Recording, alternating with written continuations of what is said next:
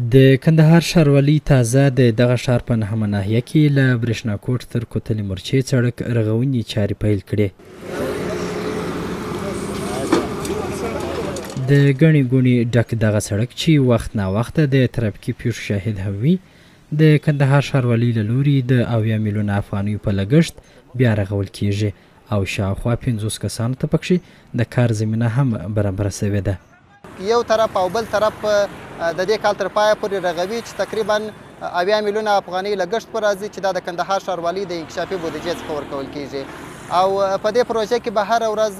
50 کسانو ته په فني او غیر فني ډول د کار کولو زمینه برابره سي.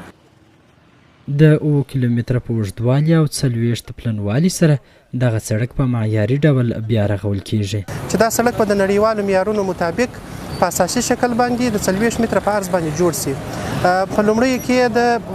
د غرب طرف د 20 متره په عرض باندې پراخیږي او په نږدې وختونو کې بیا د شرق طرف کارونه هم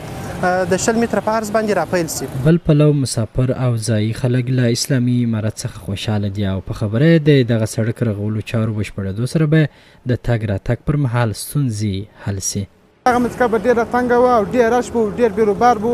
په کومه کې زموږ سره به مریضان نور به عجله زه تلوار وو نو رش به د رش د وجې څخه به موږ خپل هدف ته ځان ژر نو سره رسولی.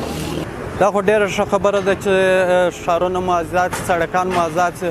خو مشکل به دې کې دی چې دوی صحیح کار وکړي او لږ ژر وکړي. د یادولو ده چې د دغه سړک رغولو چارو بشپړېدو سره به ترانسپورټي ستونزې حل،